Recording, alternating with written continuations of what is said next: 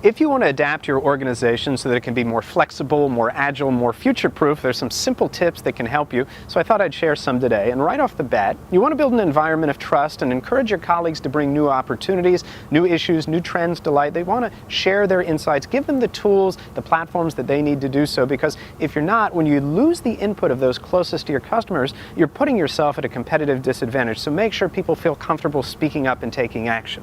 Now, another tip, you want to make sure that you're sharing insights, ideas, and information freely throughout every department, and making sure that you're sharing resources as well, because when individuals and teams are aligned and collaborating towards common goals, you're going to find that you can more effectively bring innovations and resources to bear and ultimately be more successful. Another key tip, you want to not just focus on keeping up with your competitors, but also look ahead, see where the market is going, and put yourself in place to cut it off at the pass, to put the products, services, the capabilities, the tools in place today that you need to succeed tomorrow. That means looking ahead and taking the action steps you need to not just keep doing the same thing over and over, but also take the action steps that can help put you ahead of the curve. Of course, you also want to give professionals the tools they need to stay attuned to changes in the business environment and the latitude to be more flexible and creative about responding to these changes that they see. So a little bit of wiggle room within reasonable lines.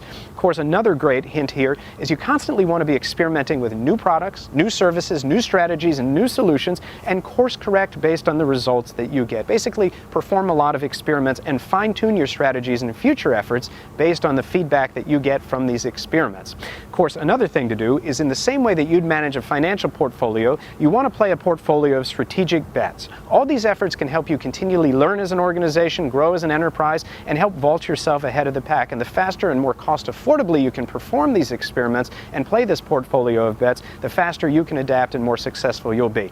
And ultimately, you always want to be looking for ways to expand your resources, to extend your capabilities, to push your comfort zone as an organization, and ways to reposition yourself or reimagine your products or services for new markets. And if you can do all these things, which really aren't that hard in practice, then you can be more flexible, more agile, and ultimately position yourself to more effectively evolve on a dime and change with the market wherever it goes.